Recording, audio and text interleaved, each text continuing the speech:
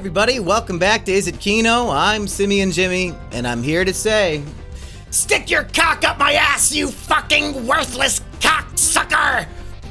And I am joined today by a friend I've had for many years. His four-letter nickname is the result of food. He's large and in charge. He's a God-fearing Christian man who loves reviewing food on camera. It's... Pause as I flip a coin. It's Biggs! Wow! Now it is 4 and not 5, like most people in the comments like to put with 2 G's. It's not 2 G's, it's 1 G. That joke's gonna go over their heads because they all know Biggs has 2 G's in the name. They're gonna say, oh, obviously he means Eggy here. Unreal. Just start calling me Laboon. Save that for the next episode. We're also joined by Eggy.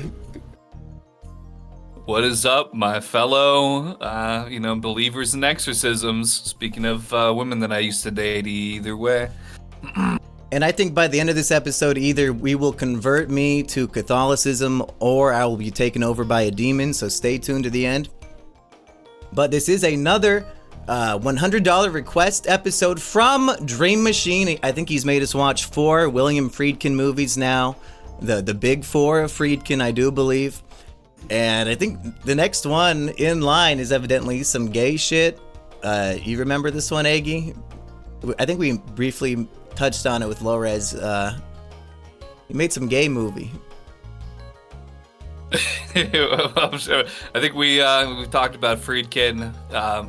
Probably from the very first one we did, which was Sorcerer. We've done Sorcerer, The French Connection, To Live and Die in LA, and I think this is our 4th Friedkin picture in the Friedkinology here. And the next one, it might be turning from Friedkin to Freakin. Oh, he's getting a little. I mean, and this one's probably going to be whatever that one is. This is probably going to be second up in the Freakometer because this one right here. I mean, is there any other film which has on record people needing to be hospitalized? They're fainting, they're running out of the theater and running into the church and begging and praying in mass after what they have witnessed. Well, the only other film I can think of is the short film we 3 did for the 48-hour film festival that had a few people attempting suicide, I believe. Sounds about right. Biggs, did you have that reaction watching this today? Were you about to be hospitalized from sheer terror and horror at the morbidity and gore on screen? Innocence taken to the ultimate level of demonic treachery.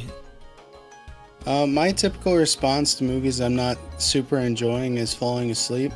So my response to this movie was dozing off, waking up, chugging some more energy drink, and trucking through some more of it. That's probably better than Hans can say for any movie they've ever reviewed. He probably would have just slept through it. So you know what, Biggs? Kudos and props to you and everything else. But I want to say this might be a result of the fact that I've upgraded my audio listening setup for motion pictures recently. I won't expand on that, but it is basically self-explanatory. I think that I might have been more engaged by this film than any that I've watched recently. I think it really commanded my attention. And I think just because as much as it is a fixture in cinema history, I feel like the subject matter of the film, looking back now, I feel like it is handled very perfectly as the film goes. I don't think I get these things that float around in my head where I just have these subconscious comparisons to like, oh, if this was made today, or certain themes in the film and certain things. And I feel like it was just handled in a way that retroactively, maybe not of its time, but in the current day, I feel like I could mentally approach it without any prohibitive feelings like, oh, like Friedkin had ulterior motives for doing this or that. Like, I just get suspicious about the modern Hollywood, but I could just approach this film with no apprehension and just really take it in. And I felt like by the time it was all said and done, I was like, I think they touched on this in this film. I think Friedkin did the best job that he could have as far as the subject matter. So from start to finish, I was locked in. Going off of what you're saying, I think that the pacing felt timeless for being a 50-year-old movie. I can see this having come out recently, just because there's not really a dull or a slow point. Like, you know, maybe some movies in the 70s might fall into. This felt very modern, but Biggs, what were you saying? I was just going to say, he had mentioned like the audio like really pulling him into the movie. I think at the time this movie was regarded as like one of the best for like the audio that they put into the movie and how they changed Linda Blair's voice pretty seamlessly, it seemed. Yeah, not only that, but like overall with like the atmosphere and stuff, people praise this movie a lot for like them putting a lot of work into that in the background too. So it's like he was saying, I'm sure with whatever audio setup he's got, it probably sounded like amazing because they put a lot of work into it. Yeah, Iggy, what's this mysterious audio setup that you don't want to go into? You got like some Mexican slave workers like building this shit in your house, or? Well, no, I just have, been getting very comfortable. A couple of months ago, for the uninformed in the audience about my, personal dealings that don't matter really too much, I was able to acquire a quote-unquote gaming laptop for a significant discount, about 50%, saved several $100s on it. Souped it up, threw in 32 gigabytes of extra RAM, all this, but, I didn't... it has an just regular old headphone jack, like any like aux cord kind of jack, which the headphones I use for the program here at my desktop setup, this is different. I need to put it into my audio interface, got that big old thing, that big old cord. It wouldn't just fit into a regular headphone jack, so I just happened to dig out some nice quality, high octane earbuds that I had in a drawer somewhere at my parents' house or something. I'd had them floating around in my car now, but I locked them in for the first time, for the first thing that I've watched recently. I was laid up in bed in the dark, everything with those earbuds jacked right in. Did your bed start violently shaking and you were screaming for mother to help you? Well, thankfully I've been able to keep rats, roaches, and various animal infestations out of my living space somehow, I think against all odds so far. Did you have a dream where your elderly mother was standing in front of a subway and she's like, "Oh, why'd you put me in the hospital? You did this to me." A lot of times I'll have dreams where my mother is just asking a lot of things about me and like, why did this happen? Why have you, why do you live this way? But nothing quite exorcism style yet. I probably might need one, maybe, to be honest, but no, nothing too reminiscent of the film. But still, there was I felt, speaking of the pacing, as you said, maybe I'd heard about the film in the past. But I mean, we're getting significant, what almost feels like peak climactic plot happenings, and it's only like maybe 60% of the way through the film. The condition of Linda Blair's developing so significantly, and yet there's still so much, and it just feels, it all feels good as far as where everything comes together in the story, and it's well, I'm ready to talk about the realness of this movie, folks, because the donator, Mr. Dream Machine, he said he himself only watched like half of this movie because as a Catholic it was so scary to him he could not finish. So I think really, if anything, he wants us to finish the movie for him and tell him what happened. But I wanted to have my two Christian friends here just to have a non-judgmental discussion about demons and belief and faith here. Not going to be too Vincent here on YouTube. I'm just curious, do either of you believe that in demon possession and exorcisms and all that kind of shit?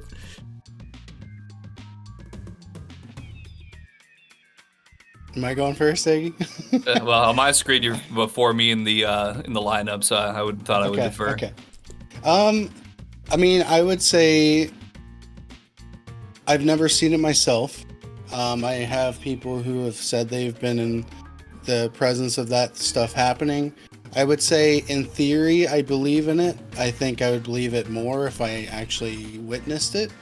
But I don't know. For me, it's always like I always have like this doubt because I mean, when you watch a movie like this and you see that sort of stuff happening, it's hard for like, you know, your brain to wrap itself around something like that happening. But, you know, as a Christian, I would say, I mean, it's got to be possible, right? Because that's something that was talked about in the Bible happening. And, you know, like I said, I also know people who have personally been in the presence of someone that's happened to.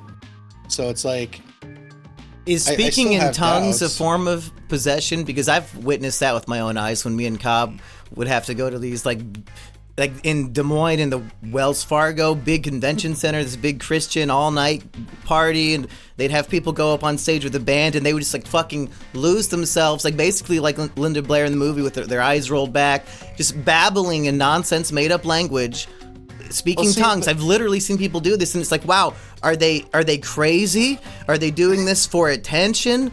Like, what is happening? I think that is either them actually being insane or complete showmanship. Because the funny thing about speaking in tongues is it's not that you're just blabbering nothing.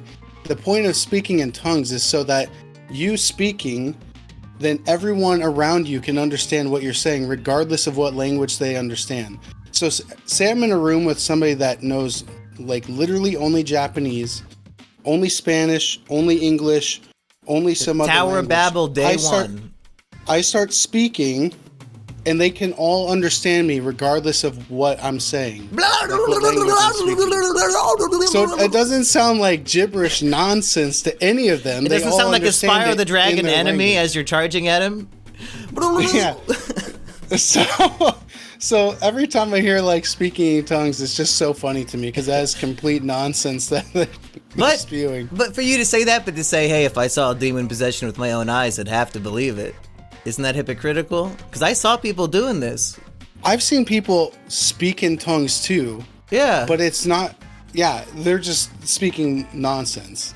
It's not. So what's the difference? Like, means. So these people are pretending, but these ones are possessed by what's Ubuntu? I feel like in The Exorcist too. They say the name of the demon. I think. Yeah, I think it was Labuzu. That makes something like that. Buzu. But I think there's a huge difference with somebody like tumbling around in a church, going blah blah blah blah, and then somebody floating off of a bed. Like those are completely different. If I saw some Chris Angel shit, I would be a believer. But like one person's had a little bit too much of communion wine, and the other person, like, yeah, they're probably getting dragged to hell soon. Yeah. What about you, Aggie? Any demons in your life other than in a bottle? Well, you know, I figured there's never going to be a better time in my life to tell this story than now. But you know, I dated a girl a few years ago. And she would tell me like, oh yeah, I have like visions of you, like being murdered, and she talked like she told me basically, you know, I don't want to, you know, put her on blast too much or anything, but she had like gone to a job interview, and like she walked, it was like waiting to get in, and it was like some like three men like let her into like some kind of sterilized room where she like sat in a chair and they put like some box over her head or something. She said ever since then she like had these visions of people being murdered in like horrible, like violent ways. And, you know, I was trying to be supportive. I was like, oh, it sounds like some kind of maybe like demon possession or something. Maybe we should look at like an exorcism or something like that. And she like, yeah, she took it very seriously. Like I guess she was very familiar with exorcisms and said like, oh, it could be like, it could kill you to get one because it like, the volatility of the demons being expelled from your body or something could be violent. I was like, whew. You know, that's so I guess you could say I almost had firsthand experience, but in all honesty, in all truthfulness, I think that my perception of demon possession as it stands is more maybe in line with the beginning stages of Linda Blair's possession in this film, where suddenly she's having sort of a like a personality disorder. Some real Tourette's action. Very bizarre and uncharacteristic antisocial behaviors. I feel like those sorts of things that serial killers throughout the 20th and 19th centuries and so on in American history are documented as having been, like horribly tortured and beaten, maybe assaulted in other even more grotesque ways. And these sorts of things that could have such a profound impact on the traumas on a person's development. I think that those sorts of things can like wound the soul or wound the spirit in a way that opens it up to what I would understand to be, is in my best IDing of it, a demonic possession, because then you open yourself up to all kinds of killing animals and then committing horrible crimes yourself and all this stuff that no level-headed person would do, but you've kind of gone to the dark side due to what you've experienced. That's what I would think to be as a demonic possession. Not so much that your skin's going to start melting off and that your head's twisting around, you're flying around spraying Nickelodeon goo, but it's more of a hell is other people thing. The true demons is what humanity is capable of. And as you were talking about serial killing and killing animals, I was not pointing at any particular person in the Discord call. Well, I can't actually tell who you were pointing at because on my screen we're all in a row and you're on the end. So it's Schrodinger's accusation. Any more on that, Aggie?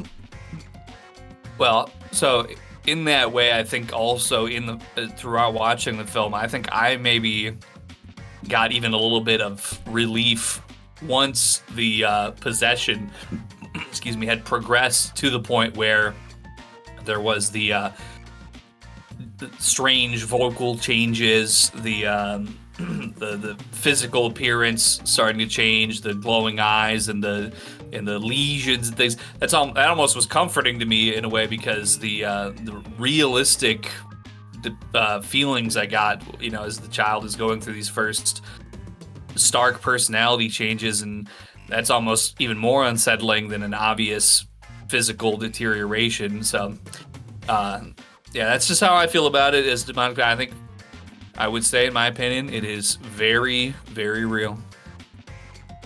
I think what makes the horror of it the most effective is when it is stuff that is literally what 12-year-olds do in the year 2025 without a demon possession.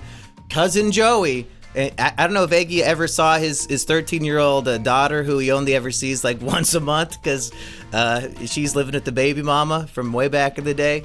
But she might as well be the kid possessed by Satan when she's cursing up a storm. Like the few times I've been around this second cousin of mine, saying almost the exact same shit to Cousin Joey, very disrespectful, calling him by his name, saying fuck, I'm not saying lick and fuck this cunt or anything like that, but still very vulgar and nasty, just very nasty and cruel to her own parent.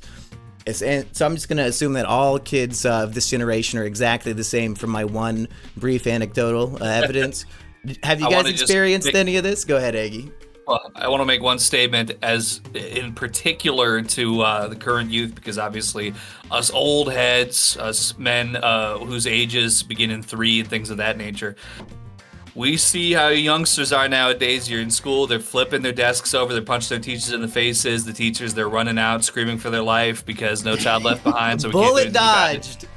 There's people my age, they're still, like high school juniors beating up their teachers. They're smoking weed, doing TikToks and whatever other crazy is. Hey, you know what? Look into this. You want a real hashtag red pill? You see this right here? See these phones? Okay.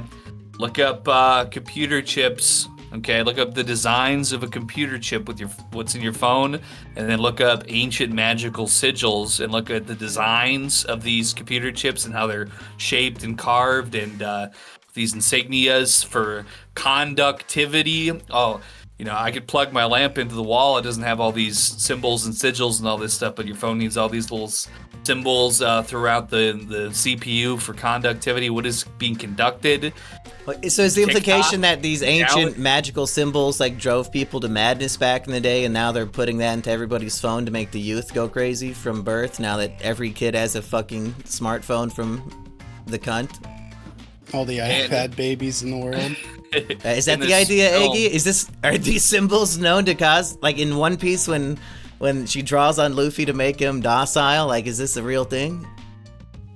And this, I see more. I think about the symbols and how the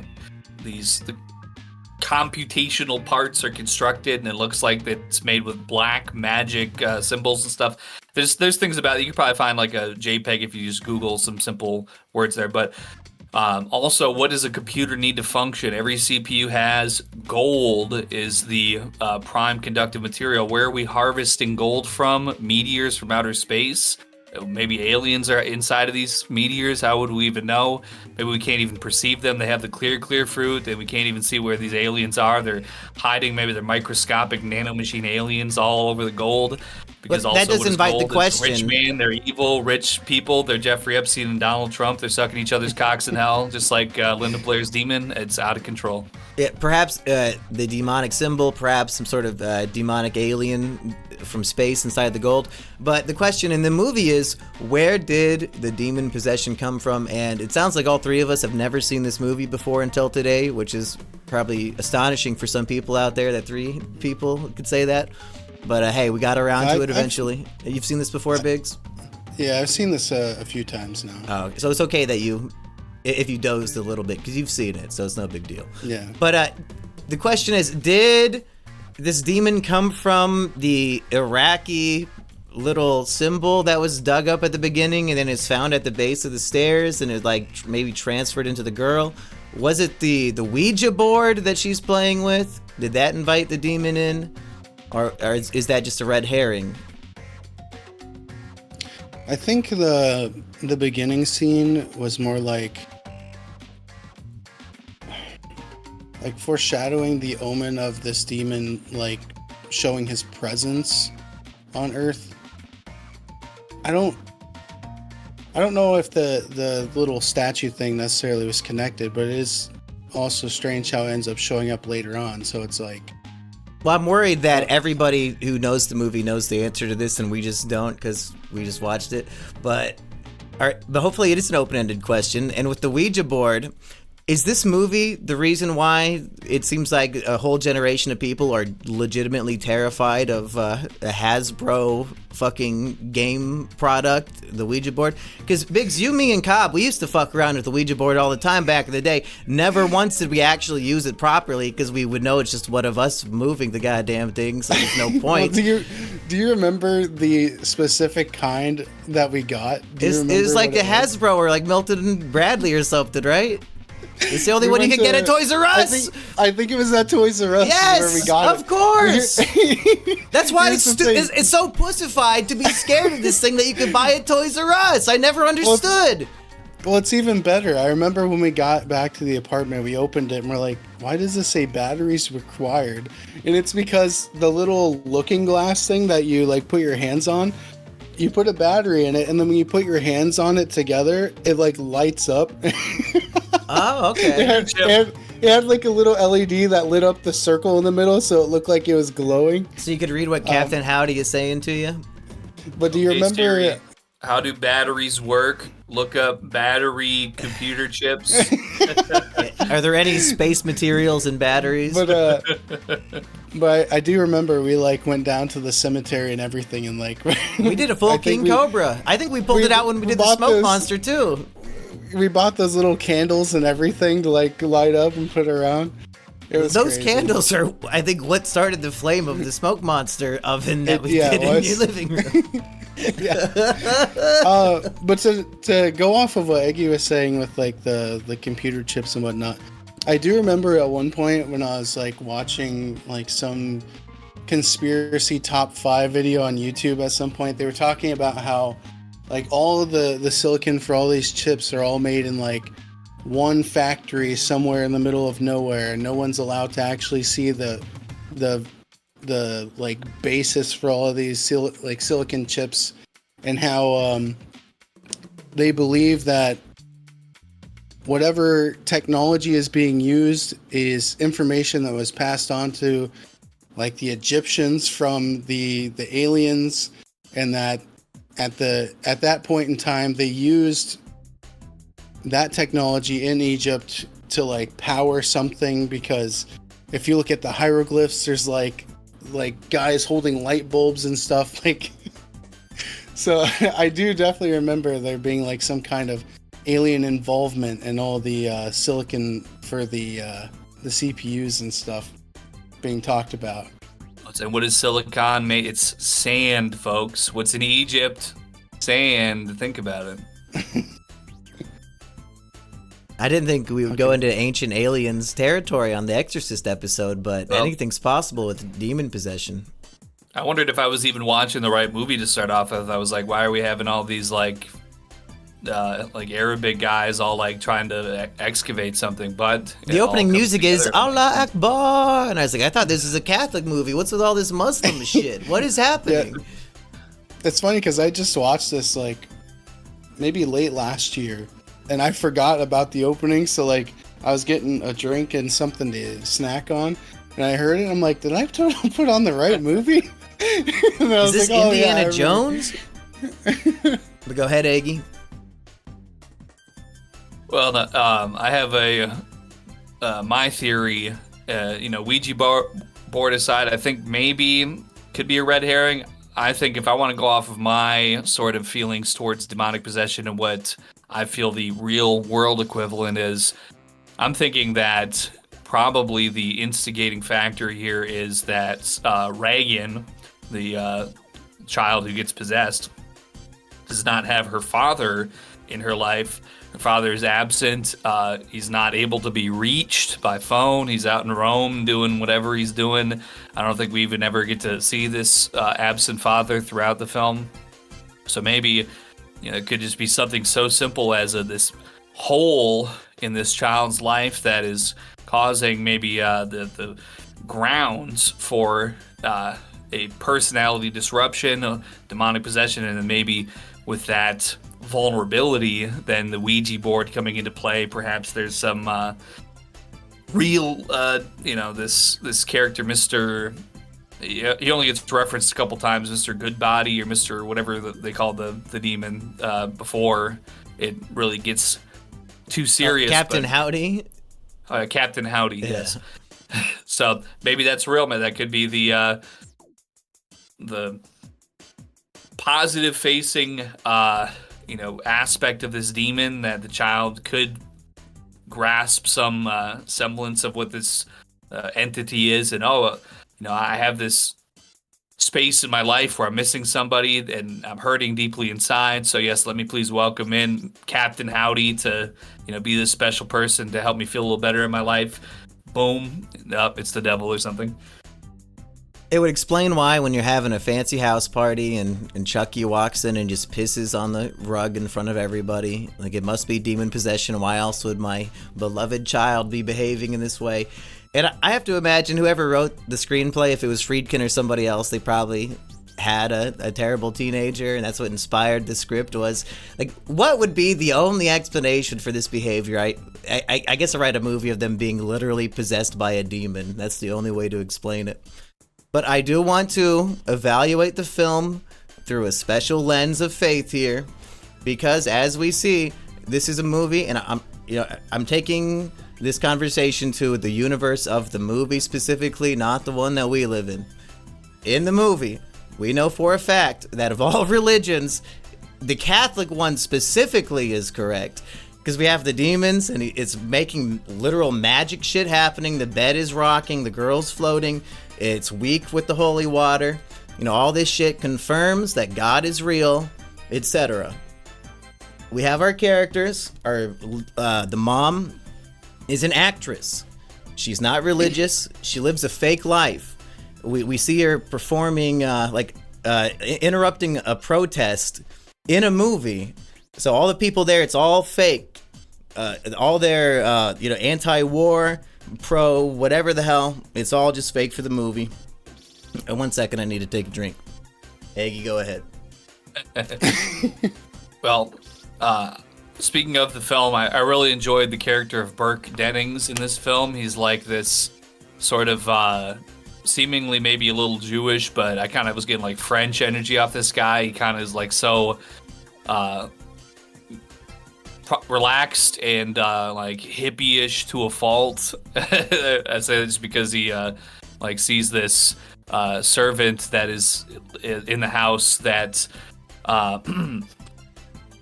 Reagan and I guess her name is Chris, is the woman's name. I didn't write down anybody's names, so forgive me if I don't know them. There's also Reagan, Chris, and Sharon. Sharon was the... What's the name of the priest guy who he's losing his faith and he wants to get out of it and go take care of his mother instead? Father Karras. Damien, okay. I'm just going to call him the priest guy. But, so he's another guy. He's living a lie. He's going through the motions of being a priest, but he no longer believes in it. But the twist here, these two faithless people exist in a world where actually that God is real.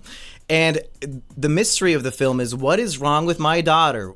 And really most of the movie is a mystery of trying to solve that. And if they didn't call it The Exorcist, and if it wasn't the most famous movie ever and you didn't know that, it might be an intriguing mystery if you didn't know that it actually was a demon possession. If only somebody could experience the movie that way, which is probably impossible. But they're going through all the scientific, grounded, earthly answers. Oh, Mr. Scientist, what should we do for my daughter who's possessed by a demon? Oh, let's throw Ritalin at her. Oh, this 12-year-old kid is having behavioral problems. Let's throw all this medicine at him. Let's have 10 different surgeries because I literally get paid hundreds of thousands of dollars for every surgery I do. And I think that's my best recommendation. So they're doing all like these human solutions for what is a God and demon problem. And it's really a movie about having to come to terms with the fact that if God is real, everything we do that is not in service of him and going to heaven, it is kind of fake. It's like the extra missions in a video game that you don't have to do. And I think that's why it's good that she's an actress. Like, her whole life is literally fake from the get-go. But then anything that you're not doing in service of the Lord that you now have confirmation is real, it's like, why are you even doing any of that? Why are we not all nuns and priests now that we have literal proof of this shit, you know? And I think that's the question the movie presents to people who believe this in real life. Another piece on Damien is his name is a bit of foreshadowing, as Damien also is translated to demon in some languages. Oh! And Homeboy saves the day by taking the possession and then jumping out the window. Yeah. That's one way to resolve your faith in the Lord. Because if this did not happen, he probably goes down the wrong path and doesn't believe and dies and goes to hell. But because of this demon possession, I think his soul is going straight to heaven. He saved the day and did his little confession, whatever, as he was dying. I think this was a net positive for everybody involved, right? Except for, I guess, a few victims. Yeah, and I guess the interesting thing, too, is I don't know a whole lot about Catholicism, but it is interesting that he was able to be possessed because in the Bible, it does say that those who are saved and have believed in Christ cannot be possessed by a demon. Specifically, it says that. So that's why the family had to be unreligious to begin with. It says that you can be tormented by demons and they can tempt you in different things, but they can't actually possess you personally. So I thought that was also interesting that at the end, he does get possessed and then throws himself out the window. I'm like, yeah, at that point, he has to believe in God because he used the power of Christ to compel a demon. So, yeah. So I guess, I don't know. I don't know the ins and outs of Catholicism, so I'm not going to go into the weeds on that. It is just a movie, too. It's not like they have to follow the rules. Yeah, I'm just wondering, more so with the screenwriter, their thought process on it. Well, I've got actually William Friedkin's thought process on it is actually very shocking. and I tried to bring this up, I think, with Lores or somebody on this podcast, and nobody knew what I was talking about. They acted like I was crazy. I was being gaslit like crazy.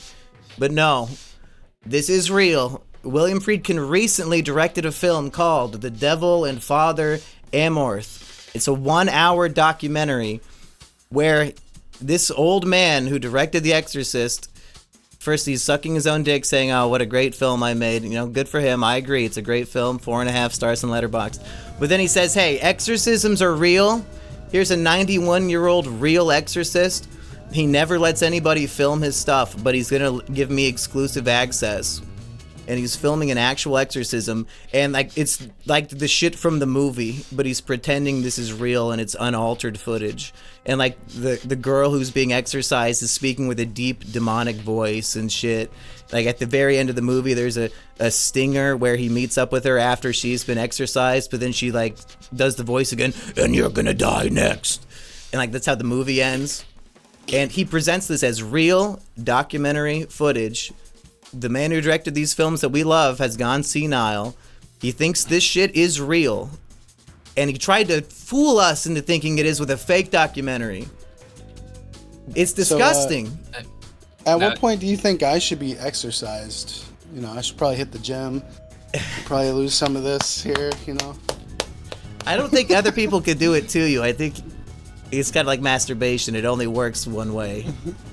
No, I gotta wait for, that mysterious person to come along and like force me into the gym, like that happens for everyone, right? Should we do The Biggest Loser, where like you and Aggie are competing and whoever loses the most weight in a time limit, wins? Maybe you should host a fat camp, and then I can like throw my wife to the ground and start a fight. Oh, okay. That's what that was? It was fat camp when he attacked Kelly and threw her to the ground? Isn't that what that was? Yeah, I believe it was. Yeah, they were all like in the tent or whatever outside, and yeah, they were streaming like 12 hours a day. I mean, hey, any man under those conditions would throw a woman over a table. I know, I'd probably do it in 5 minutes. Would your wife agree to get Kelly'd for a video? Probably, yeah. Hey. I would die. I got a girlfriend now, and she told me that, whatever I want, whatever Eggy wants, Eggy gets. So, you know what? Maybe I think grab her by the ankles and swing her into the wall. That's what I always want to do. Every time I see a newborn baby, that's the instinct. Am I right, folks? All I know is I'm going to give you a giant Keemstar beard to wear so you can watch it happen. It'll make it nice and authentic. Go hit a dog with my truck on Christmas. I don't know. I think my favorite person to throw around in a video is you, Monkey. When did you ever... to the locker? Times. Yeah. As revenge for when I made you trip down the stairs 50 times when I had the first take, was good. Yeah. You just used the first take anyway. So, Aggie, has your opinion on Friedkin changed now that we know he's a scammer? He believes that this shit is real. Does it change your view on the movie? There's one thing that I always try to hold near and dear to my heart. I think that nobody really, the more that you're in the game, the more years, you put decades of work in here, you just can't hit it every time. You can't have a slam dunk every time. You can't have the Jordan flu game every season game. You're going to have your ups and downs. So I do not hold, a 35 year later or whatever, how many years later instance. For all I know, this came out in 2017. So I told you, 40 it's years recent. He recently did. He started trying to cash in on his movie from the 70s by saying, no, it was real. Hey, maybe he was having dreams. Maybe it was haunting him or something, and he had to do something. Listen, like, what's his name? Sinbad. He promoted, some freaky stuff. We all have those ups and downs. I don't hold against them. Maybe I don't agree with the premise of him trying to, but maybe there was something inside of his soul that he was grappling with it, and he had to just release one stinker to like, for some kind of egotistical reason. Maybe there was something that was just in his heart, in his head, that this was going to satisfy something for him, as he was in those final twilight years of his life. Oh yeah, he's dead it's now? Not for me. Is he? Yes, I'm fairly certain that Mr. Friedkin passed 2022, if I remember right. I guess when you're knocking on death's door, you're especially willing to believe that God is real. Like, if he was on the fence about it, it's like, well, now that I'm about to die, I guess I really, truly hope that I'm going somewhere other than here. So I guess, fool everybody with this shitty fake documentary. Maybe in 20, 30 years from now, whatever, maybe he'll be proven right. Maybe he actually saw something real and it was just so crippling that he had to like reshoot a dramatization because, maybe that I'm gonna give him the benefit of the doubt overall, even if he's making some crap at the end and maybe it's fake. You know what? He had the right idea in his first bout. And, I'll... Amarith begins the ritual in Latin. She speaks in a harsh, guttural voice that doesn't sound like a normal tone, screams obscenities and thrashes violently, requiring multiple people to hold her down, exhibits brief spasms of unnatural strength. Like, they're doing, like, Marvel special effects in this shit to make her look super strong? I don't know. Maybe we should review that next week. The Devil and Father Amaranth or whatever. Amaranth. I think that's what it's called. Speaking of somebody possessed by demons, hey!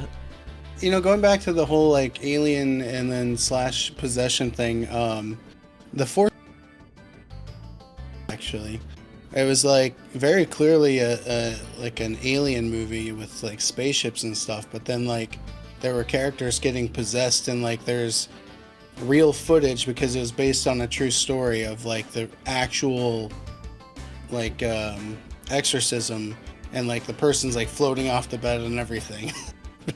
So maybe I think we can do that at some point. I think The Exorcist was based off of a true story as well. So yeah, I would love to see these people floating. And is this a movie that can only take place before everybody has a camera in their pocket? Because a lot of it's like, well, we have no proof to the church. Like, we can't get an exorcist because we need to prove it's a possession. It's like, you saw her floating. That's not proof? But they're not going to take your word for it? It's too bad we couldn't film this shit. Once we got cameras, I seen like that person that like removed their nose, tattooed their eyeballs, and like cut their tongue in 3 places or whatever, and like put in fucking lizard fangs into their mouth. Like they've got their teeth removed, put in lizard fangs. Hey, it sounds like a legitimate possession of some kind to me. That might be some reptilian, otherworldly, interplanetary force that's beaming through one of our 5G satellites. It only just happens to be hitting one like 40-year-old isolated mentally ill person, but it could be real. The only other thing I wanted to harp on was, is this the best child performance in a movie from Linda Blair? Because when she's playing innocent kid, very wholesome and normal, and then she can hit the full gamut, the 2 extremes of innocence and demonic possession, because it is scary. At no point am I laughing at the performance like I can see through it and it's bad. I'm laughing with it because it's hysterically funny and scary, and she's like taking a crucifix and stabbing her pussy bloody and then shoving her mom's face in it. I'm like, Friedkin, you are actually Friedkin right now. Who comes up with this shit in the early 70s and puts it in a movie? And this was like the box office biggest success ever at the time, I believe, something crazy. People, he just thought of the craziest shit he could have a child do. She pulled it off perfect. They broke her spine vibrating the bed, I think. And then it's like the biggest movie ever. What's going on? So we can touch on that now. I think we talked in the last one about, bad things that happened during this filming. It wasn't actually Linda Blair that got injured. It was the mom when she got like thrown. Pulled back to the wall. Yeah, they used some kind of harness and I guess it malfunctioned and it like fractured her spine. And they kept her actual like cries of pain in the movie. So in that scene when she gets thrown, that's actually her like screaming out in pain. Hopefully that was the last take they needed. Yeah, hopefully. Why are we filming my getting yanked backwards scene last? Yeah, and I think when I was talking about it on the last, I don't know if they're going to be uploaded one after another, but I talked about other bad things that happened on set, and I think a lot of the ones I was remembering, I was actually mixing up with Poltergeist, because there's a lot of bad stuff that happened on the set of Poltergeist, but there was a handful of things that happened on this set too, and along with like a bunch of deaths that happened. People died making after the movie. Like God was the demon was punishing them for making this sacrilege. Yeah, so like two of the people that died in the movie, it was Burke and then Father Karras's mom, right? I think, and both of them died after the movie came out, like shortly after. You know, it's funny. This documentary, The Devil and Father Amorth. Father Amorth died while they were filming it, and it ends with his memorial. So Friedkin keeps killing people by making movies with them. Apparently so. Yes. So there's not a Wikipedia page for the actress who played Damien's mother, and to be honest, in the film, she looks like she's probably like 80-something years old. So, but yes, Mr. Burke, otherwise known as Jacques McGowran, an Irish actor, says here, shortly after completing work on The Exorcist while in New York City, appearing as Fluther in The Plow and the Stars, McGowran died at the age of 54 from influenza, complications resulting from the London flu epidemic. So, I mean, and she got that from filming this movie. Let's see. And then there was apparently one of the sets, I think it was the bedroom, it started snowing inside, and then the set caught on fire. So they actually made it freezing in there, because you could see their breath when they go in the bedroom at the end. I'm trying to find the other stuff that I had found. Apparently, one of the guys that was like there as an advisor, like one of the priests that was there as an advisor, ended up doing like an exorcism on set because of like weird stuff going on. People were like begging him to do it, and he's like, no, we don't actually need it, it's just coincidences or something. Freaky deaky shit on the set of this movie, Biggs. Is this a message from God, or was this marketing that has turned into legend? Yeah, and then like multiple film crew like had horrible accidents. Some people were electrified, some people like cut off fingers and toes, and I don't know, it's wild. Just a list of stuff that happened. Well, you know what? It was all worth it because I gave it a 4.5 on Letterboxd. So, pretty good movie. I think probably my favorite of Friedkin so far. That's probably not a shocking opinion for most movie people. That, The Exorcist is your favorite Friedkin? Well, yeah, I guess so. Yeah. I do think it holds up as one of the best, like, classic horror movies. Like, when you go through some of the classics, some of them are not great and they don't really hold up. And they say that this was the film that cemented horror as a viable genre in the Hollywood scene. Yeah, it probably helps that. What did he make before this? Probably the French Connection. So it's not like he's a horror director, but he goes into it like maybe approaching it from a different kind of storytelling than your usual horror director, and that's why he could make such kino. Yeah. He's thinking outside of the box. Because I don't even know if I would consider this a straight-on horror movie. It's more of like a mystery that just gets... I wasn't scared. It's more uncomfortable with this child saying and doing fucked up shit. Like a religious, supernatural thriller almost. Yeah, like a thriller, sure. But I guess it horrified Catholics everywhere. Do you guys have any final thoughts? I would recommend this to people who haven't seen it. I think it's a good movie to watch. Well, I just wanted to speak on how you mentioned that Linda Blair had an exceptional performance. I was thinking to myself as I'm watching this, because obviously the demon voice is dubbed in, and a lot of pictures from this era, like the late 60s, early 70s that we watched, will have dubbed audio in certain parts. I think this is the best sold dubbed audio that I've seen that comes to mind. And obviously, I'm sure it does help that it's, the voice is already supposed to be very unusual, but the way that Linda Blair delivers the line still. Really, there's never a moment where I felt at all taken out of the moment. I felt like it was very authentic. And yeah, like I said at the beginning, I can appreciate how in the time of the film it was considered, perhaps to be a bit provocative, obscene, sacrilegious, but everybody really through and through, when it was all said and done, like, it kind of consulted the proper cultural aspects to really make the film very authentic, even if it was to a point that it was offensive to some people. I just don't know if moving forward or in the current day or anything past this particular time, would it have not been maybe intentionally overly provocative in a way that would be unnecessary, and then maybe if that had been the case, it could have taken me out of the film. But I feel like everything, how it came together, was authentic, sensible, well shot, well acted. The effects were magnificent for the time, and I think they all hold up, to be honest. Like, there was nothing, once again, that made me think, oh, this is cheesy, this is tacky, this is dated. I felt like it all was very solid still after 50 years. Absolutely a high recommendation from me, from William Friedkin's The Exorcist. I think I gotta disagree with you on one part when you said this was like the best executed audio dub. For me, it's gotta be Squid Game Season 3. Those VIPs, they did an amazing job dubbing their voices.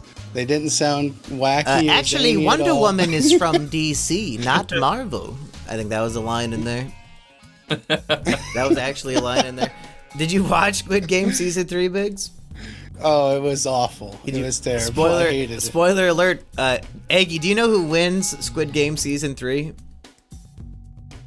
I haven't even watched the first one. I said, oh, is this? It's just the greatest anime of all time, Kaiji, except even worse. No, thank you. I'll watch Kaiji again. I would say watch Season 1. Season 1 was genuinely good, but after that, it's not worth watching. Well, I just want his reaction to who wins Season 3, because you might think, what context could possibly make Aggie care? But the answer may surprise you. Aggie, Season 3, the winner of Squid Game is a newborn baby. Well, that sounds like cheating, to be honest. Yeah, you might be thinking, how and why? Well, they don't explain it very well. It's not that good. You got the giant green light, red light robot, and like there's like a pregnant woman she's about to lose, but she just quick like pops a baby out and like shoots it across the finish line, and that's how they win. More or less. Much like my friends on video games, the baby was carried to a win. Which, it's not fair, because there were 456 contestants and he's technically 457th, because I mean it's an extra whole body, but because he was inside his mom, it counts as the same player. It's bullshit. Yeah. It's bullshit. It's proof that the billionaire class can just break the rules and do whatever they want to play with our lives like a game. Like no, this is great ammo for those that believe that the baby inside the womb is the mom itself. Because even after birth, it's still the same person. Wow. The baby was its mom, Yeah. So it's like, it makes sense that it takes her number. It's like Trisha Paytas's new son Aquaman is the reincarnation of Ozzy Osbourne, because he was born the exact second that Ozzy died. Rip Ozzy. It all adds up. Poor child. Aquaman's a solid name, though. Well, is it like with Elon Musk, where I have to imagine he does not actually name his child X Xion Quaclul, and that maybe that's just what they say publicly, and his real name's Brian?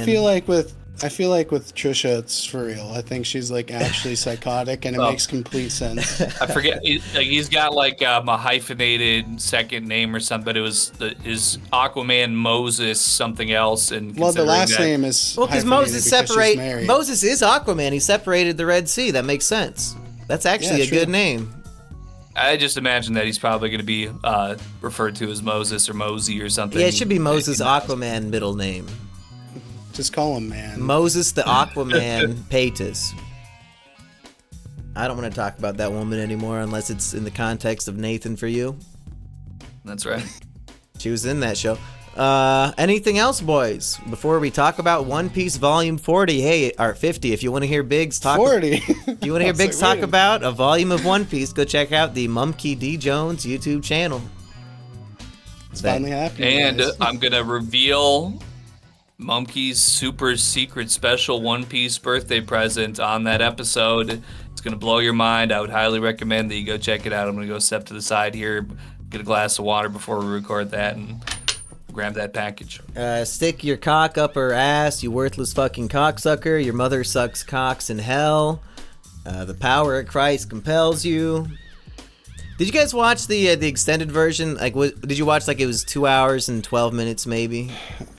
I almost accidentally watched the director's cut, and then I realized I had to turn that on, so I swapped to the just regular film. So okay. I watched the extended one. So you didn't see the scene of Reagan like going down the stairs upside down, or like crab spider walking with blood coming out of her face?